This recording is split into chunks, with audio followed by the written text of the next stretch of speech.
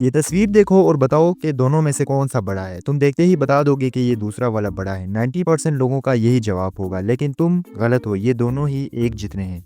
इसको visual illusion कहते हैं। अब इस तस्वीर को देखो और बताओ तुम्हें क्या समझ आया। तुम बिना सोचे समझे ये बता दोगे कि ये एक औरत है और जिसको बहुत गुस्सा आया हुआ है और वो गुस्से से कुछ बोलेगी।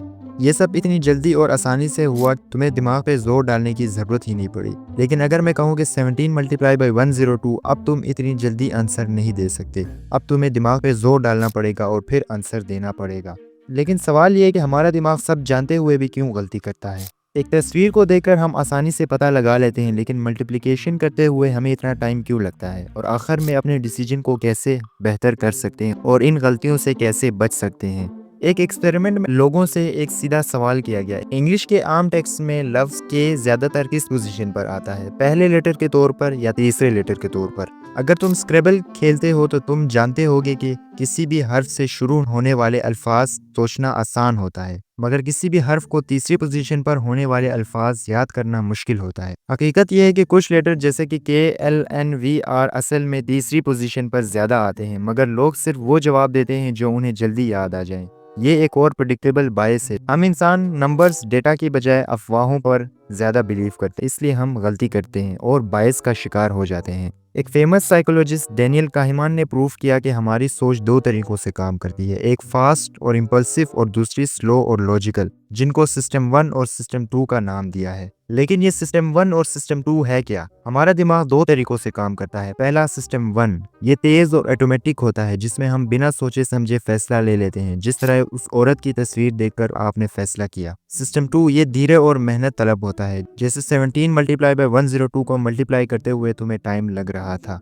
एक नया कॉन्सेप्ट जो सामने आया वो ये है कि इमोशन का बहुत बड़ा रोल होता है इंसानी फैसलों में। इंसान अक्सर मुश्किल सवाल का जवाब ढूंढने की बजाय कोई आसान सवाल का जवाब दे देता है जो असल सवाल का जवाब नहीं होता। जैसे अगर कोई इन्वेस्टर ये सोच रहा हो कि क्या मुझे फोर्ड का स्टॉक खरीदना चाहिए, और इसके बदले में वो ये सोचने लगेगा कि मुझे फोर्ड की गाड़ियां पसंद हैं या नहीं, तो ये एक कॉग्निटिव बायस है। कुछ सिचुएशन में अगर कोई आसान जवाब ना मिले तो इंसान सिस्टम 2 एक्टिवेट कर देता है, जो धीरे सोचने वाला तरीका है। ये गौर फिक्र और लॉजिक पर मबनी होता है। लेकिन ये सिस्टम 1 हमें फूल क्यों बनाता है? क्योंकि इंसान एसोसिएटिव, मेटाफोरिकल और कैजुअल सोच में बहुत अच्छा है, लेकिन स्टैटिस्टिकल सोच में बहुत कमजोरी दिखाता है। हम आसानी से गलतियां करते हैं क्योंकि हमारा सिस्टम 1 तेजी से फैसला करता है, मगर हमेशा दुरुस्त नहीं होता। हम नंबर्स और प्रोबेबिलिटीज को समझने में इतनी अच्छी परफॉर्मेंस नहीं देते। लोग जो कुछ जानते हैं उस पर हद से ज्यादा भरोसा करते हैं। तुम समझ चुके होगे कि दिमाग दो तरीकों से काम करता है, एक फास्ट और एक स्लो। लेकिन अगर सिस्टम 2 लॉजिकल है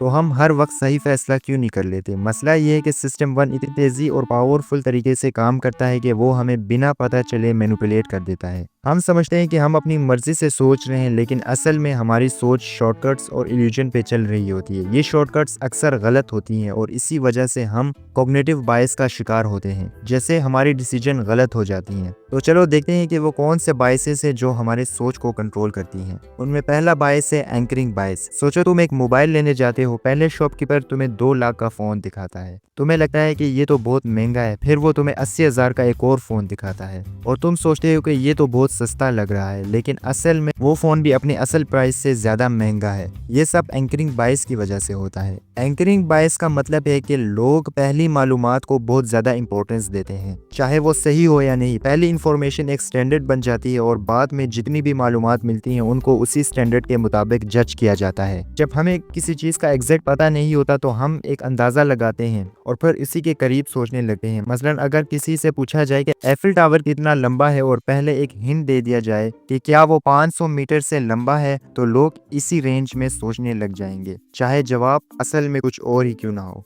एक दूसरा एग्जाम्पल है सैलरी नेगोशिएशन। अगर बॉस पहले आपको 40,000 ऑफर करे तो आप ज्यादा दूर नहीं सोच पाएंगे और 45 या 50 तक ही नेगोशिएट कर लेंगे, जबकि असल में 60 तक मिल सकता था। शॉपिंग मॉल में महंगी चीज पहले दिखाने का तरीका इसलिए होता है ताकि सस्ती चीज भी महंगी लगे।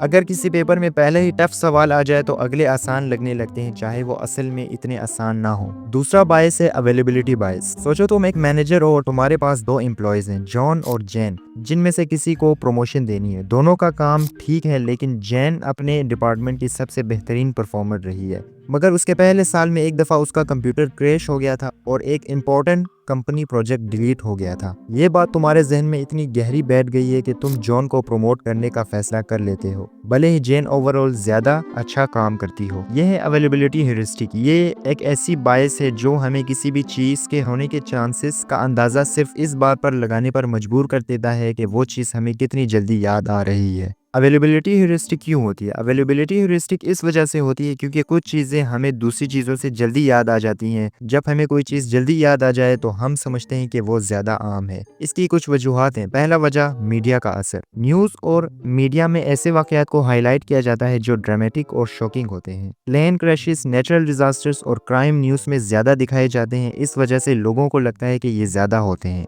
दूसरा है रीसेंसी इफेक्ट। जो चीज़ रिसेंटली हुई हो वो ज़्यादा आसानी से याद रहती है। अगर किसी शख्स ने अभी तक एक कार एक्सीडेंट देखा है तो उसे लगेगा कि कार चलाना बहुत रिस्की है, चाहे असल में कार क्रैश की प्रोबेबिलिटी लो हो। मालूमात की कमी। जो चीज़ न्यूज़ या मीडिया में कम होती हैं उनका अंदाज़ा लगाना मुश्किल होता है। मिसाल के तौर पर डायबिटीज़ एक आम बीमारी है, लेकिन क्योंकि ये न्यूज़ और मीडिया में कम डिस्कस होती है तो लोग समझते हैं कि ये इतनी आम नहीं है जितनी असल में है। अवेलेबिलिटी ह्यूरिस्टिक का असर। अवेलेबिलिटी ह्यूरिस्टिक की वजह से लोग अक्सर इनकम्प्लीट या बायस डिसीजन लेते हैं। जैसे एक और एग्जांपल है, अगर किसी शख्स से पूछा जाए कि प्लेन या कार ट्रेवल में ज्यादा डेंजरस कौन सा है तो असल में इसका जवाब स्टेटिस्टिक्स से मिलना चाहिए, लेकिन लोग अक्सर जो चीज उनके जहन में फौरन आए उसी को सही समझते हैं। अगर किसी शख्स ने अभी एक कार एक्सीडेंट देखा है तो उसे लगेगा कि कार चलाना डेंजरस है, लेकिन अगर उसने एक मूवी देखी है जिसमें प्लेन क्रैश होता है तो उसे लगेगा कि प्लेन डेंजरस है। हकीकत, स्टेटिस्टिक्स के मुताबिक प्लेन ट्रेवल कार से ज्यादा सेफ है।